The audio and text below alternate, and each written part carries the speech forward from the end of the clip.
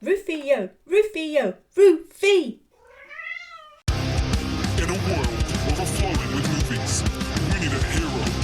Someone to separate the bad from the good. Sounds like a job for verbal diorama. She watches all the movies from comedy to drama. From the top roll sound, and don't forget the action. She'll watch until the end and then she'll give you her reaction. Movies you know, movies you don't. Prequels, sequels, remakes, and trivia and outtakes. Movies you know, movies you don't. Interesting stories for the categories. Hi everyone, I'm Em and welcome to Verbal Diorama episode 89, Hook. This is the podcast that's all about the history and legacy of movies you know and movies you don't. And as always, you are very welcome, whether you're a returning listener or a brand new listener. Hello and welcome, or welcome back to Verbal Diorama.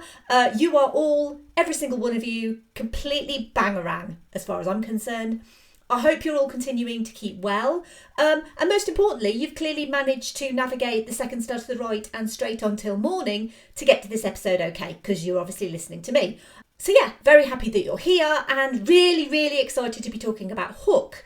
But before I do, I wanted to thank everyone for the amazing feedback for the episode on Josie and the Pussycats, which basically was a bit of a download smash, actually. And it basically went on to do really, really splendidly. Just to basically remind people that I'm also going to be working on a brand new podcast called Rotoscope-Orama, which is going to focus solely on animated movies. You might have figured from this podcast that I'm a big fan of stuff that came out kind of towards the late 80s, early 90s, late 90s, that sort of era. Because that was really the era that I kind of grew up in, and I really started to appreciate movies in that era. And obviously, you know, I'm going to be talking today about a movie from 1991, Hook, obviously, which I think is honestly brilliant. I absolutely love Hook, despite its problems. But, you know, I've kind of always said on this podcast that I'm a big believer in you love what you love. But it turns out not many people actually agree with me on my love for Hook. Not even Steven Spielberg agrees with me, because this is the movie that he hates the most of the movies that he's done. And usually, you know, me and Steven, we always agree on these things. But anyway, here is a trailer for Hook and more on the other side of this.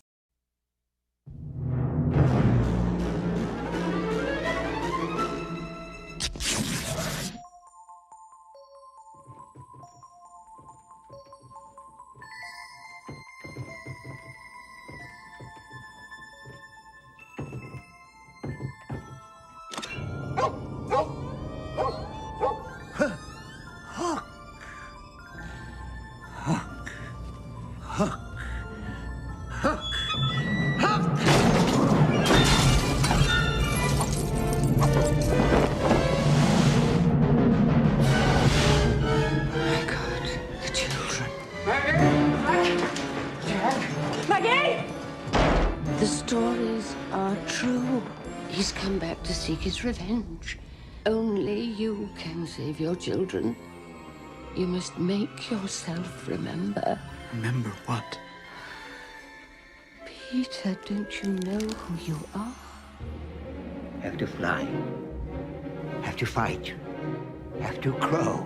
Have to save Maggie. Have to save Jack. Okay's back. Who?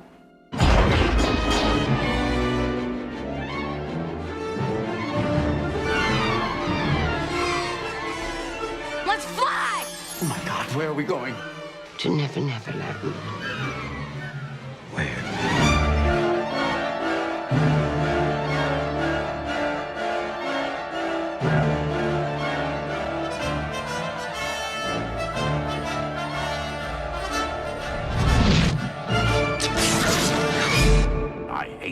I hate Peter Pan.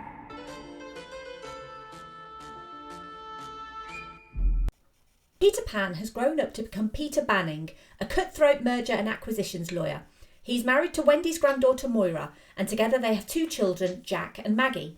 Peter often prioritises work over his children, and on a visit to Wendy in London, Captain James Hook kidnaps his children. Peter must return to Neverland with Tinkerbell to save them, and with the help of the Lost Boys, learn how to be Peter Pan again in order to battle with Captain Hook and remember the value of childhood and imagination. We'll go through the cast. This is obviously an excellent cast in this movie, loads of massive names. Obviously, we have Robin Williams as Peter Banning, aka Peter Pan, Dustin Hoffman as Captain James Hook, Julia Roberts as Tinkerbell, Bob Hoskins as Mr. Smee, Maggie Smith as Wendy, Charlie Cosmo as Jack Banning, Caroline Goodall as Moira Banning, Dante Basco as Rufio, Amber Scott as Maggie Banning, and a little cameo from Phil Collins as Inspector Good. There are also plenty of cameos in this movie. We have Gwyneth Paltrow as young Wendy, David Crosby, Jimmy Buffett, Tony Burton and Glenn Close as members of Hook's crew, and George Lucas and Carrie Fisher as the kissing couple on the bridge. Screenwriter Jim Hart's 11-year-old son Jake also appears as a lost boy, and Jake is pivotal to the screenplay of Hook, as we'll find out. The screenplay of Hook was by Jim V. Hart and Malleus Scotch Marmo. The story by Jim V. Hart and Nick Castle. It was based on Peter and Wendy by J.M. Barrie, and it was directed by Steven Spielberg. So Sir James Matthew Barrie, aka J.M. Barrie, is well known as the creator of Peter Pan and the story on which Hook is based. He was born in Scotland in 1860 and moved to London. It was in London he met his wife Mary Ansell, and they married and moved into South Kensington in 1895. A couple of years later, Barrie became acquainted with the Llewellyn Davis family, parents Arthur and Sylvia and their 5 sons, George, John, Peter, Michael and Nicholas. Barrie would invite the Llewellyn Davis family to his Surrey cottage on holidays and grew close to Sylvia and the boys, creating stories about Peter Pan, based on and named after the young Peter Llewellyn Davis, which became the story about a boy who could fly and flew away to another land. The name Pan came from the Greek god of the woodlands. Peter Pan first appeared in Barrie's adult novel, The Little White Bird, in 1902, chapters 13 to 18, titled Peter Pan in Kensington Gardens, where a baby Peter flies from his nursery to Kensington Gardens. A play called Peter Pan, or The Boy Who Wouldn't Grow Up, debuted in 1904 and introduced the additional characters of the Darling family, Wendy, John and Michael Darling, the Lost Boys, Tinkerbell and Captain James Hook. Due to the success of the play, Barrie's publishers extracted these chapters and republished them as Peter Pan in Kensington Gardens in 1906. Barrie then adapted the play Peter Pan, or The Boy Who Wouldn't Grow Up, into the novel Peter and Wendy, which was published in 1911. John and Michael Darling were named after John and Michael Llewellyn Davis, respectively, Patriarch George Darling after George Llewellyn Davis, and Mary Darling after Barrie's wife Mary Ansell. Barrie is also credited with popularising the name Wendy, which started as a derivative of Welsh names Gwendolen, or Guinevere, she of the legend of King Arthur no less, and Gwendeith, who is another link to Arthurian legend because Gwendeith was the name of Merlin's sister. Peter and Wendy would be renamed Peter Pan and Wendy for the abridged version in 1915, and modern versions are simply published as Peter Pan. The original play's name, Peter Pan or the Boy Who Wouldn't Grow Up, clearly defines the themes of the story: a child who wants to remain a child, to remain innocent and never have to assume the responsibilities of adulthood, to amass a group of lost boys who can also stay young and avoid death. Despite Peter's wish to stay young and childlike forever, he also craves a mother figure, which he finds in Wendy Darling. When Arthur Llewellyn Davis died in 1907, Barrie, or Uncle Jim as he was known, became a financial support system for the family, and after Sylvia's death in 1910, he became their surrogate parent along with their longtime nurse Mary Hodgson. A really lovely, yet mostly fictionalised film about the story of J.M. Barrie and the Llewellyn Davis family is a movie called Finding Neverland. I've not seen it in a long time, but I remember really enjoying it when I did see it. So if you are interested in more about J.M. Barrie and the Llewellyn Davis family, then check out that movie. J.M. Barrie gave the copyright for The World of Peter Pan to Great Ormond Street Hospital, one of the UK's most famous hospitals dedicated to the treatment of children, in 1929. The hospital doesn't have the right to refuse permission or creative control, but it has a right to royalties for any performance, publication, broadcast or adaptation of the play. Of course, in the movie, Granny Wendy has a new wing named after her at the hospital for her work with orphans. And adaptations of Peter Pan, from books to stage plays to pantomimes to radio plays to comic books to live action and animated films, there's too many to list. But notable adaptations include Peter Pan in 1924, which was a silent movie adaptation, Disney's Peter Pan in 1953, which was an animated musical that is a little bit controversial nowadays for its depictions of Native Americans, Peter Pan 2003 and Pan in 2015, which were both live action movies.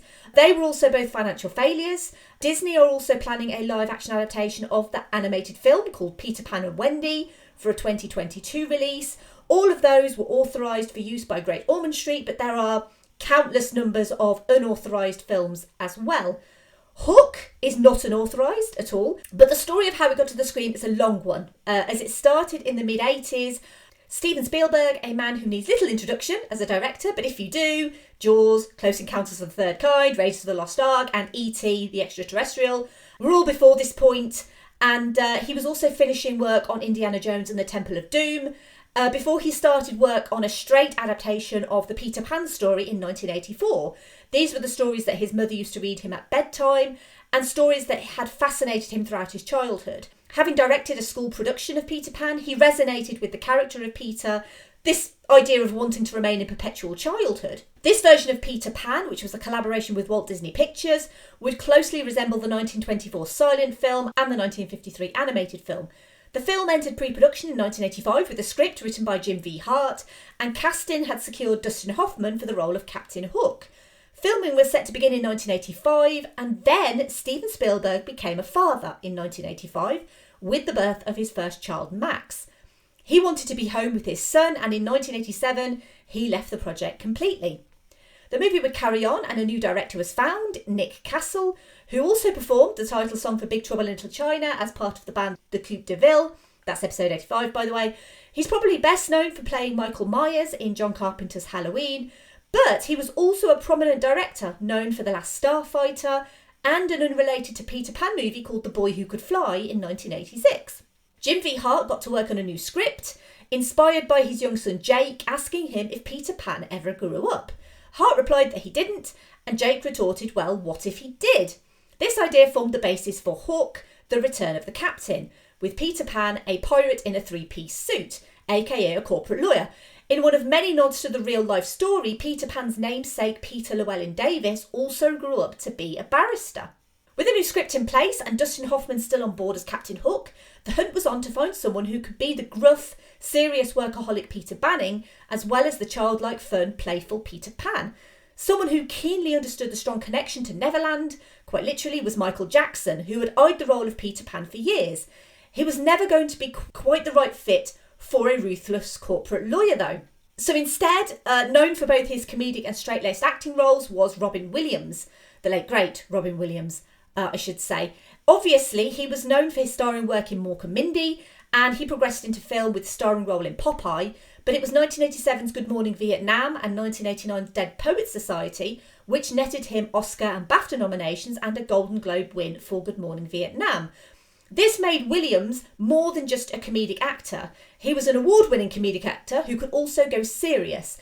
And while it still pains me to see Peter Banning shout at his children, Robin Williams can do it and get away with it and be convincingly quite scary. He can be this convincingly scary character as well as a light and fluffy fun character. And his career, over the many years of his career, really reflects that. If a man can do flubber as well as 1 hour photo, he's got the range required for a grown-up serious Peter Pan. Let's not forget, before Hook, he made Dead Poets Society, Awakenings and The Fisher King. And then he'd follow Hook with Aladdin and Mrs. Doubtfire. So they are really kind of the two sides of the same coin. And all the while, Hook was changing hands with studios, as in 1989 it moved from Paramount to TriStar Pictures, and its studio head Mike Medavoy had links to Steven Spielberg as his first ever talent agent. After Robin Williams was cast, tensions reportedly arose between him and Dustin Hoffman with the director Nick Castle, and citing creative differences, Castle was dismissed from directing the movie, pocketing a 6-figure settlement and instead retaining the story credit. Mike Medavoy, meanwhile, knew who he wanted to direct. He wanted Steven Spielberg back on the project. Spielberg, who had recently finished work on Indiana Jones and The Last Crusade, which he had done to meet contractual obligations because he was still mildly disappointed at the mixed reaction to Temple of Doom. And Last Crusade turned out to be his second biggest hit at the box office after E.T., but he admitted to feeling artistically stalled at that point in his career before agreeing to return to what was now simply called Hook. Spielberg got to work with Jim V. Hart to rewrite the script for Hook. Malia Scotch-Marmot was hired to rewrite Captain Hook's dialogue, and an uncredited Carrie Fisher did rewrites for Tinkerbell. Julia Roberts, who was in high demand post Pretty Woman, signed up for the role of Tinkerbell, and reportedly there were tensions on set, mainly due to Roberts' tumultuous relationship with actual Lost Boy Kiefer Sutherland. They had met on the set of Flatliners, and they were the golden couple of Hollywood and massive tabloid fodder. They'd planned to marry in mid-1991, but he had allegedly cheated on her, and they broke up just before their star-studded wedding. This was during Hook's hectic production, and clearly she was really going through the mill in her personal life. Reports that the crew called her Tinker Hell are, in hindsight, unfair, considering she was really going through it at the time. It didn't help that the set of Hook was a magnet for celebrity visitors, with the likes of Demi Moore, Whoopi Goldberg, Tom Cruise, Michelle Pfeiffer, and even Prince visiting the set at the time. There was open speculation as to Julia Roberts' mental health, although, this being the 90s, it wasn't called mental health, it was called emotional fragility. It's worth noting that Rufio himself, Dante Basco, has nothing but praise and adoration for Roberts and their time together on Hook, and basically that she was a consummate professional on set at all times. You'd hope nowadays that a young actress, because bear in mind she was only 23 when she made Hook, you would hope that an actress now would be given more emotional support on set. Steven Spielberg would go on to defend her from the media backlash, and this all goes towards basically how differently the media treat men and women, because all of the unfair press for this movie surrounded Julia Roberts, and honestly, they should have just left the poor woman alone to do her job. But anyway, I digress. So filming began for Hook on February the 19th, 1991, and it was a demanding shoot for all involved. It occupied 9 sound stages at Sony Pictures Studios in Culver City, California, and while Steven Spielberg laments those practical sets, I think they are bangarang. The Lost Boys set was on stage 30, and stage 27 housed the full-size Jolly Roger and Pirate Wharf. And talking of full-sized or life-sized in the case of Julia Roberts, so Julia Roberts did a lot of work solo, so she didn't really interact with a lot of other actors on set because a lot of her stuff was done in life-size sets, including an incredibly detailed doll's house, which is just remarkable. The use of practical effects really made this movie. It's one of the reasons why I love it. And if you are a regular listener to this podcast, you will know how much I love practical effects and practical sets. I love the way practical stuff looks and feels on screen. And while Spielberg has claimed he'd prefer to have done it with live action character work in a completely digital set, this is what he told Entertainment Weekly in 2011, I am so glad that he didn't do that, and he couldn't do that at the time, because the sets of Hook are incredible. The level of detail and colour is astounding.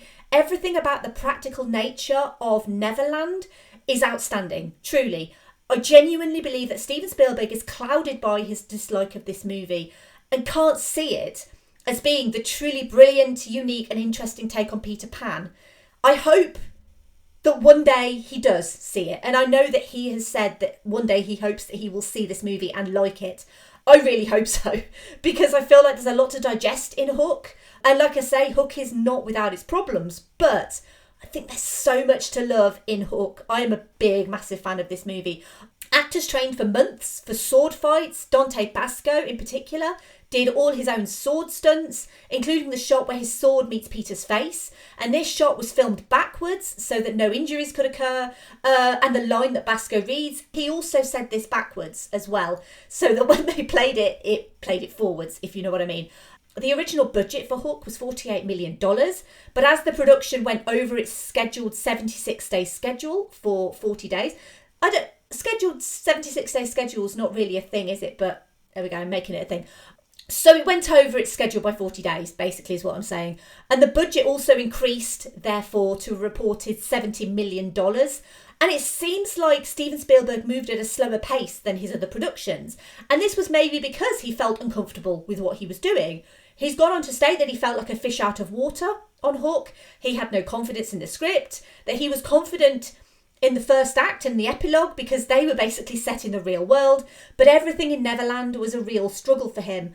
The way that I see this movie is people don't see it for what it truly is. I have many theories about Hook and I want to talk about them in a little bit, but I feel like this movie is a lot deeper than a lot of people give it credit for. And whether that was Steven Spielberg's intention, I'm not entirely certain. But I really do feel that Steven Spielberg didn't need to be worried about the Neverland scenes because they're Neverland. It doesn't matter. The realism of Neverland doesn't matter. It's all about fantasy. It's all about imagination. And the fantasy and the imagination just comes through in the Neverland scenes completely for me. You know, and I'm going to talk about the length of the movie in a little bit. Yes, it is long. Yes, it does take a long time for Peter Banning to become Peter Pan. But there's a reason why that is the way that it is. And one of the reasons for that, I think, is now the movie is called Hook. But if you look at the movie, there's actually very little on the character of Captain Hook. And I have a theory as to why this is. The movie is called Hook because it's about Hook, but not in the way that it's actually about Hook. Because I believe it's called Hook in the sense that Peter Pan became the one thing that he didn't want to be. And I really feel that with Hook, that Peter Pan grew up to become Captain Hook. That's the reason the movie is called Hook. The way Jack describes to Granny Wendy about things like how his dad blows people out of the water. And Wendy even says, Peter, you've become a pirate. Peter is Hook. He grew up to be Hook. And he needs to remember where he came from and reignite that childhood innocence.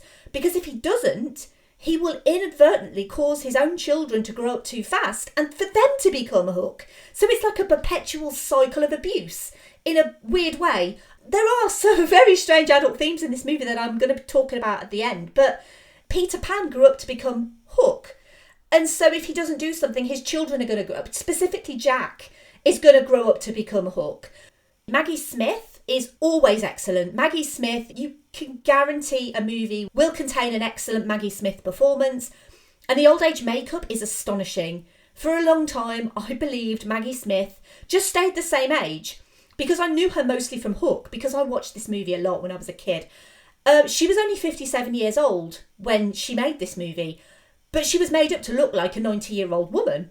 And so, to me, she's kind of remained the same for decades. She's never aged any more than that.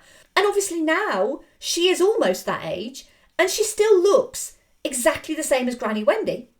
And that's really a truly remarkable show of good makeup. Another thing that I wanted to talk about was the partnership of Hook and Smee, because I think that their partnership is absolutely excellent. I love the way that they play off each other. And that partnership has intentional gay undertones. I never picked up on it when I was a kid. I pick up on it a lot now. And this was because Dustin Hoffman and Bob Hoskins very early on decided to play Hook and Smee as partners, as lovers. And that's why, you know, Hook is so reliant on Smee and Smee is so reliant on Hook. And I want to talk about Robin Williams a bit later, and I'm going to try not to cry. But this movie also includes the late Bob Hoskins, who was also a man who could easily mix serious roles with comedy. Who Framed Roger Rabbit still is so special to me for the same reason as Hook in so many ways. And to add to the mix, like a glorious camp scenery-chewing Dustin Hoffman as Hook, it just looks like everyone is having the best time ever making this movie, despite the questionable content. If this movie wasn't a family film, it would be a movie about child abduction, child grooming, child soldiers, and marrying the granddaughter of the woman you loved who took you in and raised you before finding your parents. It's all a bit sinister and a bit incestuous in a weird way. There's a lot of kind of really weird, almost sexual undertones between Robin and Granny Wendy that are a little bit odd now if you kind of watch the movie as a grown-up. I can understand if you watch this movie as an adult. I don't think that you would immediately appreciate it as you would if you were a child. I think if you're a child and you watch this movie and you grow up with this movie, I do think that you get something from it as a child, and then as you grow into an adult, you appreciate the adultness of this movie and the themes of this movie a bit more. You've kind of got to take away the child abduction and child grooming and child soldiers and all of that, because yes, those are very serious topics, and it's all, you know, terrible things that you don't really want to be thinking about in a family film. But that's just like one layer of many, many layers in Hook that I think a lot of people miss. And the grooming of Jack in particular is obviously quite worrying, because Jack gets the brunt of his father's anger, and Maggie doesn't. And presumably that's because Maggie is younger. Maybe it's because she's a girl and Jack's a boy. There were a lot of angry dad tropes or workaholic dad tropes in 90s movies. And a lot of movies in particular had very kind of sexist connotations between boy children and girl children. That you could shout at a boy child, but you couldn't shout at a girl child, that sort of thing.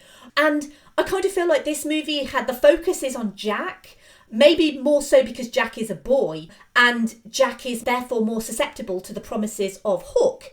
The idea that Hook will be a better father to him because he will go to his ball games, he will listen to him, with Jack not knowing that the more time he spends with Hook, the more that he'll forget his family.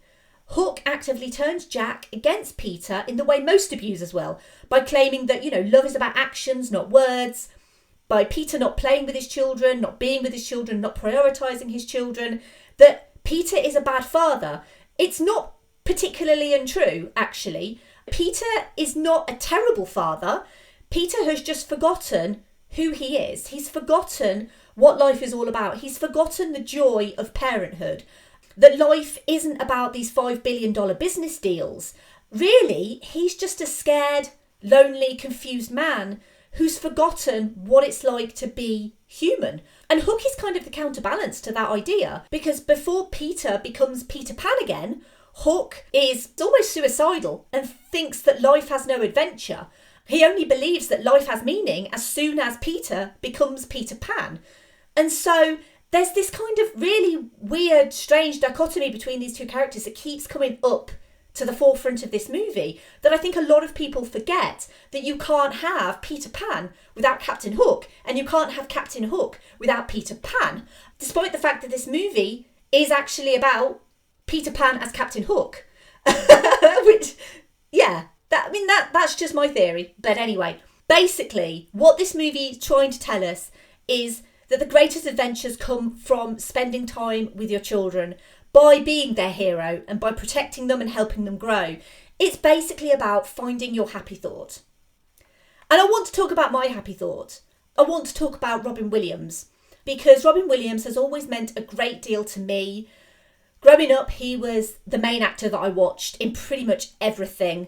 I've spoken in the past on a little episode that I did on Aladdin about how much I love Aladdin, mainly for Robin Williams. And I compared that 1992 Aladdin movie to the more recent remake, and basically compared how Robin Williams took on the genie to how Will Smith took on the genie. To me, Robin Williams will always be the genie. There is no one who could do the genie like he could.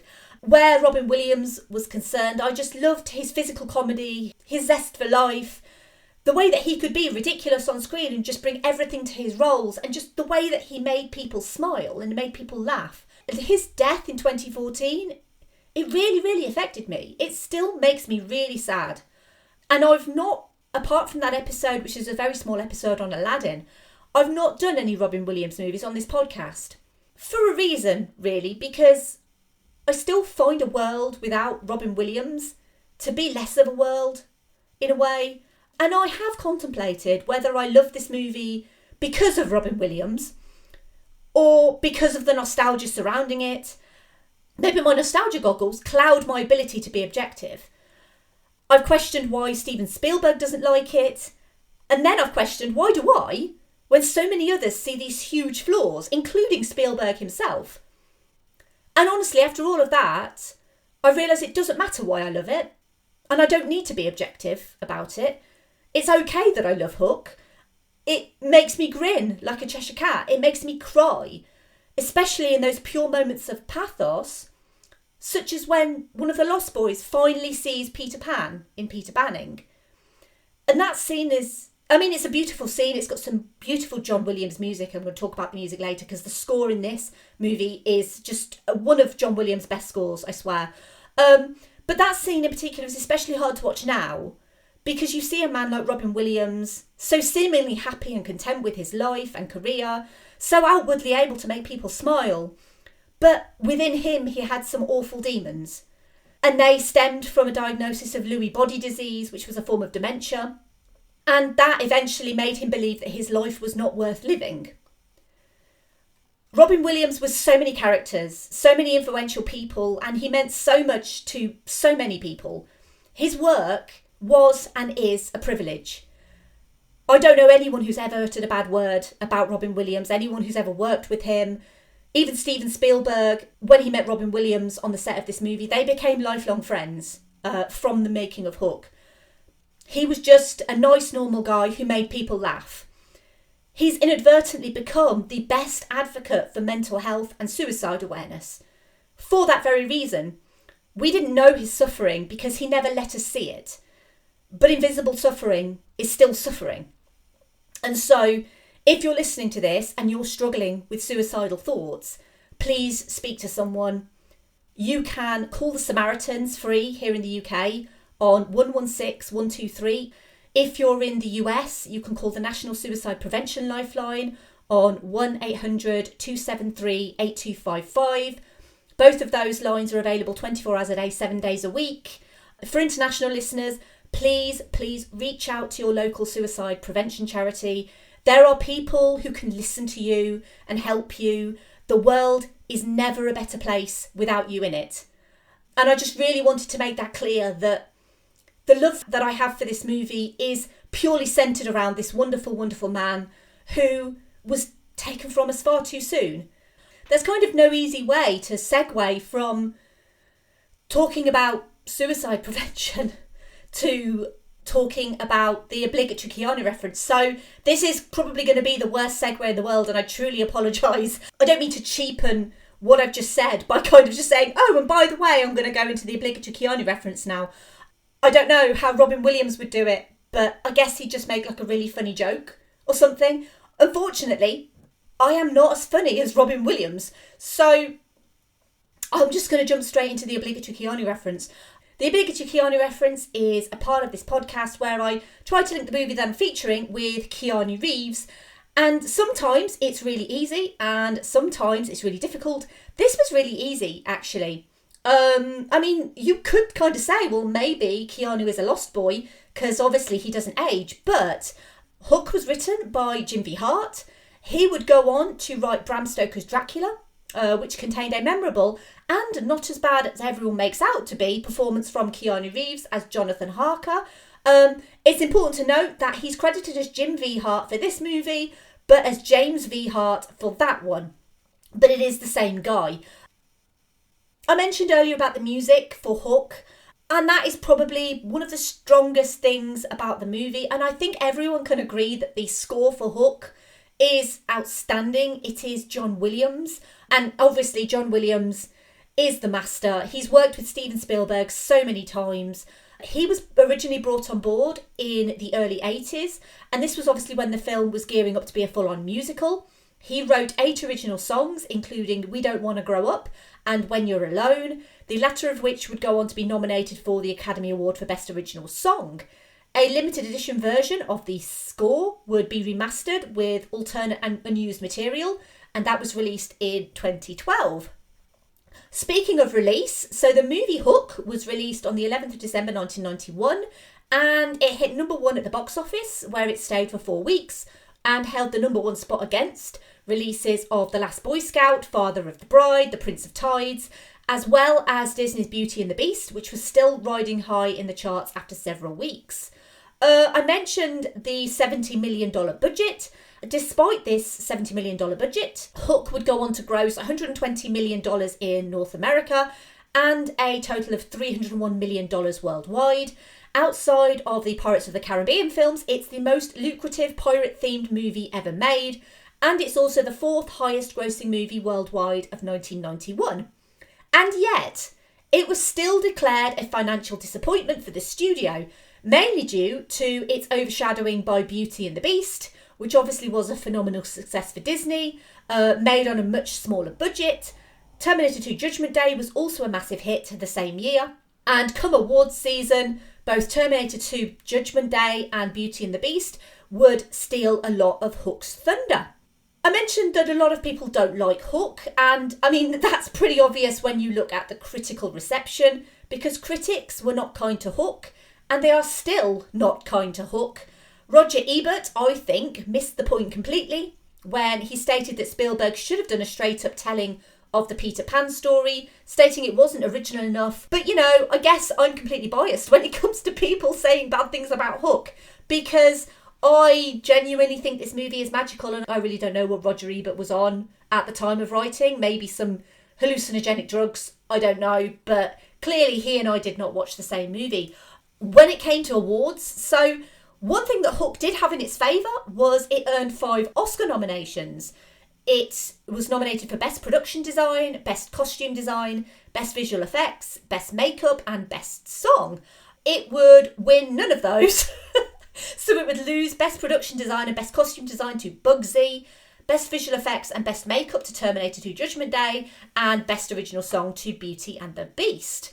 But it still got 5 Oscar nominations, so technically it's still kind of worthy. There is no sequel to Hook. I don't think there will ever be a sequel to Hook.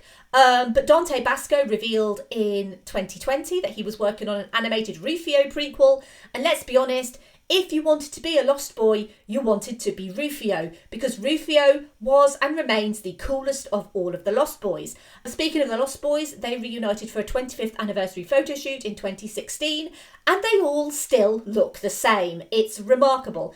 It's remarkable that people grow up and still look the same as they did when they were a child. I mean, genetics is crazy. Moving over to social media thoughts. So obviously I always start with the patrons of this podcast, and we've got a couple of patron thoughts for Hook. So we'll start with the Midnight Myth podcast, and they say, "We covered Hook over the summer and dwelt heavily on the Freudian aspects of the film that can't be ignored. I consider this a flawed masterpiece. It may lean a little heavily on cliché, but it's filled to the brim with nostalgia, a heartbreaking performance by the great Robin Williams, the hysterical dynamic of Dustin Hoffman and Bob Hoskins, and a clear labour of love by Spielberg. It's bangarang. To live will be an awfully big adventure." And we also have Derek from the Midnight Myth, who adds, "An amazing cast, great comedy, beautiful sets, baseball, pirates and the legendary Robin Williams. What's not to love? To live will be an adventure." And having listened to the Midnight Myths episode on Hook when it was released, I can safely say that, as always, it's a fantastic look into the movie. Of course, I'm going to link to that episode in the show notes. But if you're not listening to Laurel, Derek and sweet baby Arthur, who's still only a few months old and still, you know, one of the best podcasters in the world, then you need to be doing so. So please listen to the Midnight Myth, because they are awesome. And we also have a perennial lost boy of verbal diorama, Andy from Geek Salad, who says, and this is shocking, "I can go on record and state that I'm not a fan of Hook.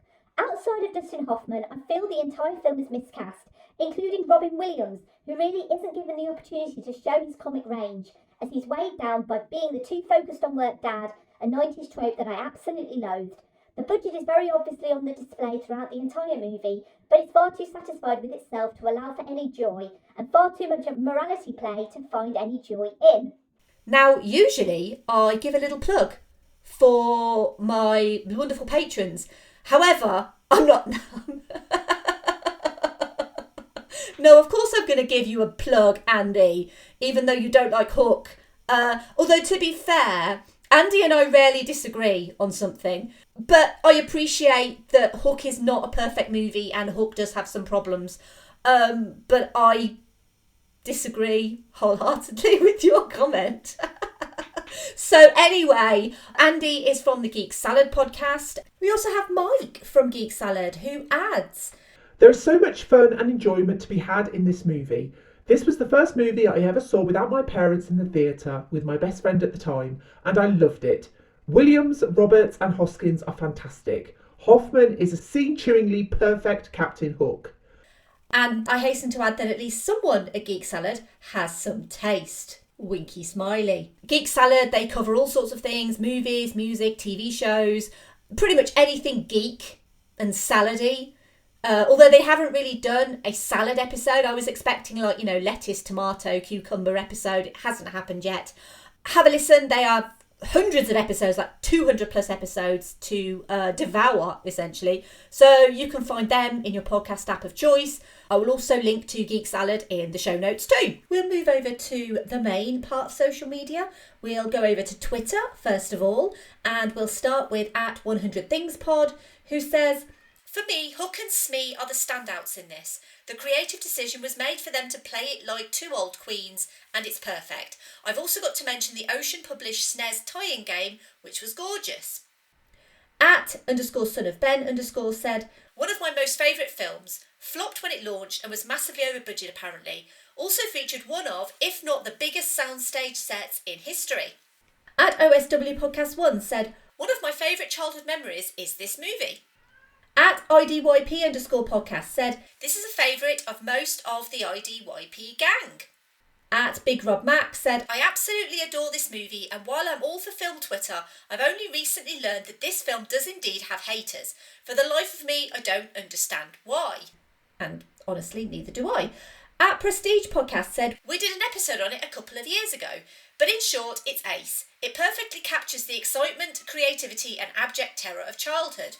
@Oral_MFC said, "Don't you dare try to stop me this time, Smee tried to stop me. One of the..." Sorry, that's my impression. I'm so sorry.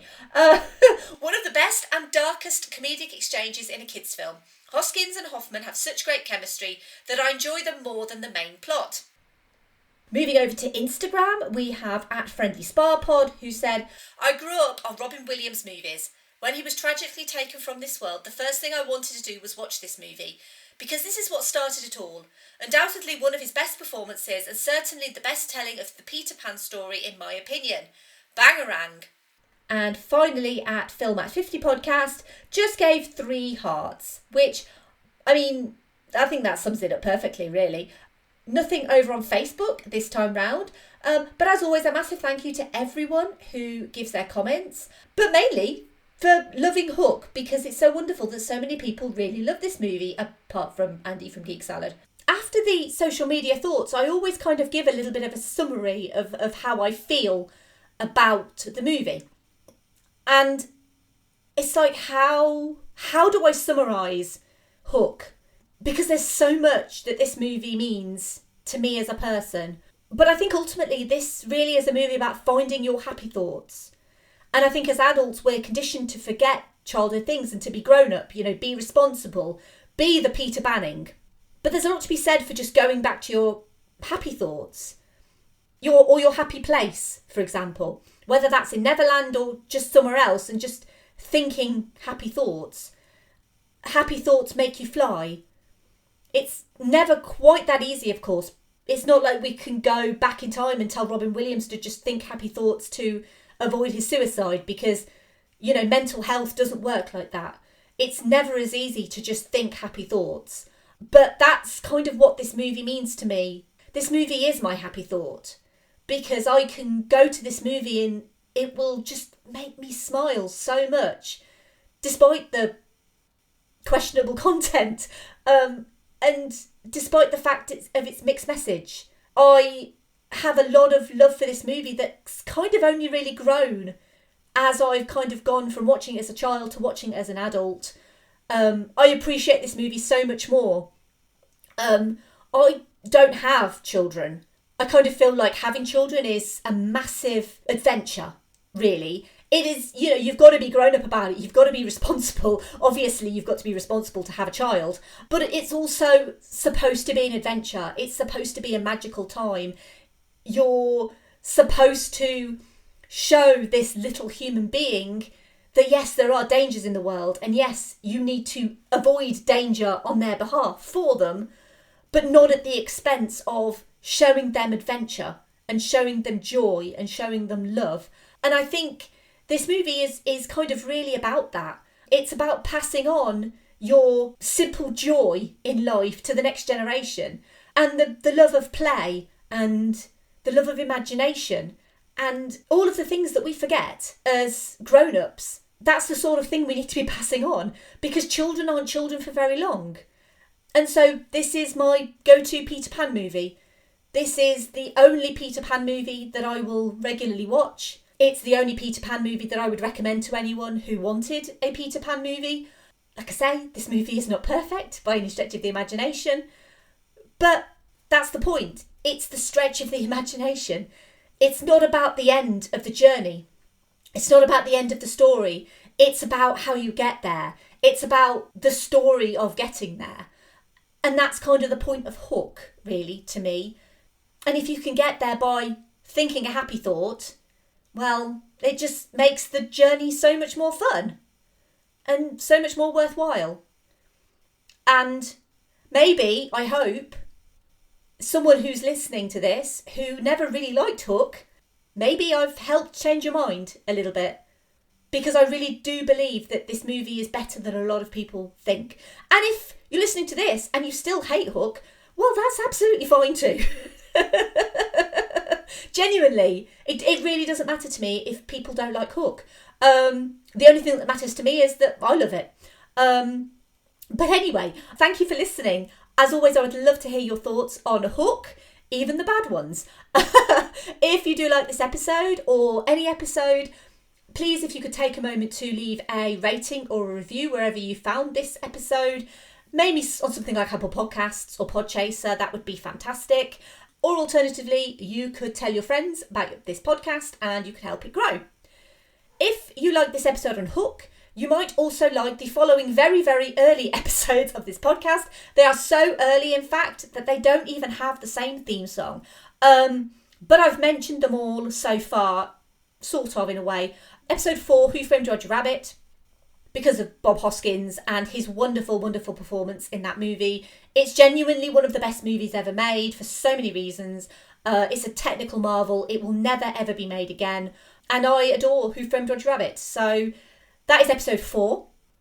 Episode 9, the comparisons of the two Aladdins. That was a very short episode. I'd just seen the 2019 Aladdin when I did that. I haven't listened to it since then, so I don't know if it's any good. But I briefly mention Robin Williams in that episode, and his performance as the genie is something else. It's an incredible performance by Robin Williams. And episode 10, Pirates of the Caribbean, The Curse of the Black Pearl, because obviously it's another pirate movie and it's also really, really fun. But otherwise, apart from those 3, I was really struggling to find good companion episodes for Hook, because Hook is very unique in so many ways. But, give me feedback on my recommendations. Let me know if you think I got it right. So, next episode of the podcast. Did you get her cappuccino? No, I thought you were getting it. Did you place her magazines on her desk just as she likes them? Did you call Gabbana about the spring fashion show? Can you spell Gabbana? I actually can't. I actually had to check the spelling in my notes of Gabbana because I spelled it wrong. So I would be fired by her immediately. Gird your loins, because Miranda Priestley is going to be appearing on Verbal Diorama. It's the biggest guest I'm ever going to have on this podcast, everyone. It's Miranda Priestley. She is not just the biggest name in fashion, she is fashion. So if you don't know what I'm talking about, it is The Devil Wears Prada, and that episode is coming next week. That's all. And obviously, if you don't get that, then that's a line from The Devil Wears Prada. You can follow me if you want. I am at Verbal Diorama on Twitter, Facebook, Instagram and Letterboxd. I also have a Patreon, which is patreon.com/verbaldiorama. I am always very grateful to have the support of some wonderful patrons who really, really help keep this podcast going, from increased hosting costs to new equipment. I'm so grateful to the following people. They are Simon E, Sade, Hardy L, Claudia, Simon B, Laurel, Derek, Jason, Kristin, Kat, Andy, Mike, Griff, Luke, Emily, Michael, Matt, Trevor and Scott, and they certainly don't belong in the boo box. I do have a merch store. It's teespring.com/stores/verbaldiorama. If you want to get in touch with me, it's verbaldiorama@gmail.com, or you can go to verbaldiorama.com to the brand new website and fill out the brand new contact form, which is very swish and very cool. And also, as always, you can pop over to filmstories.co.uk, you can check out the new issue of the magazine, and you can read plenty of web articles that I've written, including countless podcast recommendations and a feature on Grease 2, which I'm still incredibly proud of. And finally, to live would be an awfully big adventure. Bye.